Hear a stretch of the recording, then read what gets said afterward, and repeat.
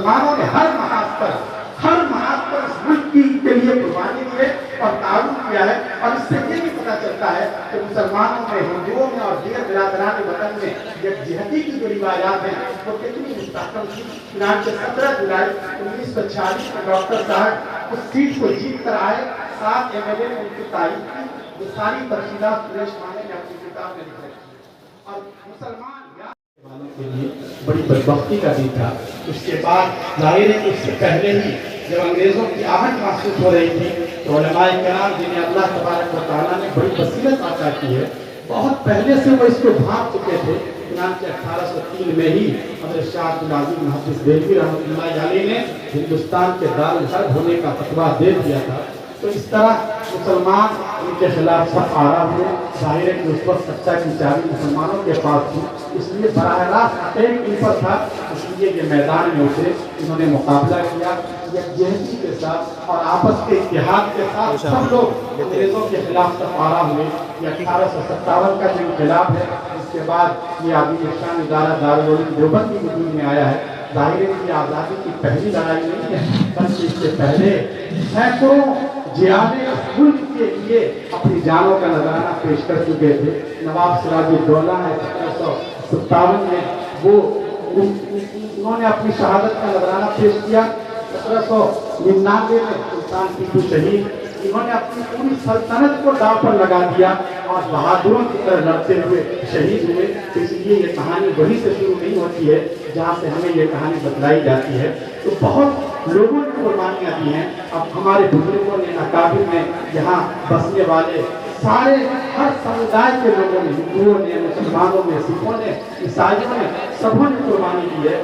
اور ایک عجیب بات جس کو خاص طور سے ہمیں یہاں نوٹ کرنے کی ضرورت ہے کہ ظاہر ہے کہ ہم قربانی کے واقعات سنتے ہیں، داڑیوں کے کردار کی بھی بات کرتے ہیں، لیکن آزادی سے پہلے جو اس ملک کا ماحول تھا اور آزادی کی لڑائی کی جس طرح شانہ بشانہ سب لوگ لڑے ہیں، اس سے آج کے ہندوستان کو خاص طور سے سبق لینے کی ضرورت ہے۔ اور یہ آزادی کا بہت بڑا پیغام ہے۔ آپس میں جو نفرت کی دیواریں ہیں، ان دیواروں کو ختم کرنے کی ضرورت ہے، اور یہ ہندوستانی ہونے کی حیثیت سے، محب وطن ہونے کی حیثیت سے سب کو اس ملک کے وکاس کے لیے اور اس کو ترقی دینے کے لیے اپنا اپنا کردار ادا کرنا چاہیے۔ آپ تاریخی واقعات سنتے رہتے ہیں، یہاں وقت نہیں ہے، میں صرف چند اشارے کر رہا ہوں کہ لوگوں میں کیسا جذبہ تھا اور ملک کے لیے کس طرح کی قربانی پیش کر رہے تھے وہ، اور مسلمان بھی کہیں کسی سے پیچھے نہیں رہے بلکہ وہ قائدانہ کردار میں رہے۔ انہوں نے اس آزادی کی لڑائی کو لیڈ کیا ہے اور سب کا تعاون کیا ہے، کسی بھی طرح کے تعاون سے گریز نہیں کیا۔ مسلمانوں کی اپنی تحریک کو چھوڑ دیجیے، کہ برادران وطن نے، ان کے لیڈران نے اگر کوئی تحریک کھڑی کی ہے اس میں بھی مسلمان آگے رہے، اس لیے کہ وہ اس دیش کی ہر قیمت پر آزادی چاہتے تھے اور انہیں نام سے اتنا مطلب نہیں تھا، اور یہ تھا کہ کسی بھی طرح اس ملک پر جو غلامی کا دھبا لگا ہوا ہے یہ دھبا ختم ہو جائے۔ سبھاش چندر بوس یا آزادی کے بڑے متوالوں نے، انہوں نے جب گاندھی جی اہنسا کی تحریک چلا رہے تھے، چاہ رہے تھے کہ عدم تشدد کے ذریعے انگریزوں کو اس ملک سے بھگا دیں، یہ نوجوان اتنے نیا جذبہ اور ولولہ پیدا ہوا اور انہوں نے کہا کہ نہیں، ہم تو طاقت کے بل پر انگریزوں کے ساتھ لڑیں گے، مریں گے، قربانی دیں گے اور انہیں بھگائیں گے۔ چنانچہ وہ برما گئے اور پھر اس کے بعد انہوں نے جرمنی بھی گئے، آزاد ہند فوج بنائی۔ آزاد ہند فوج کو انہوں نے بنائی ہے۔ دیکھیے کیسے جذبات ہوا کرتے تھے اس وقت ان حضرات کے۔ یہ اس کے بعد بہادر شاہ ظفر رحمۃ اللہ علیہ کے مزار پر رنگون گئے۔ آپ حضرات کو تاریخ معلوم ہے کہ کیسے انہیں انتہائی قسم پرسی کی حالت میں رنگون میں آخری سانس دینے کے مجبور ہونا پڑا بہادر شاہ ظفر۔ جب یہ پہلے پہنچے بہادر شاہ ظفر کے مزار پر، یہ 1942 کی بات ہے، تو وہاں جا کر انہوں نے قسم کھائی ہے بہادر شاہ ظفر کے مزار پہ، سبھاش چندر بوس نے، اور یہ کہا تھا کہ میں اس قبر والے کے سامنے یہ قسم کھاتا ہوں اور یہ وعدہ کرتا ہوں کہ جس دیش کی آزادی کے لیے انہوں نے لڑائی کی قیادت کی تھی، 1857 کی جو لڑائی ہے وہ بہادر شاہ ظفر کی قیادت میں لڑی گئی ہے، وہی اس کے سربراہ اعلیٰ تھے۔ انہوں نے آزادی کے لیے اس لڑائی کا آغاز کیا تھا۔ سبھاش چندر بوس اور اس کے ساتھی مل کر اس لڑائی کو اپنی انتہا تک ضرور پہنچا کر کر لیں گے۔ وہاں انہوں نے قبر پہ یہ قسم کھائی اور اس کے بعد انہوں نے جو جھنڈا بنایا تھا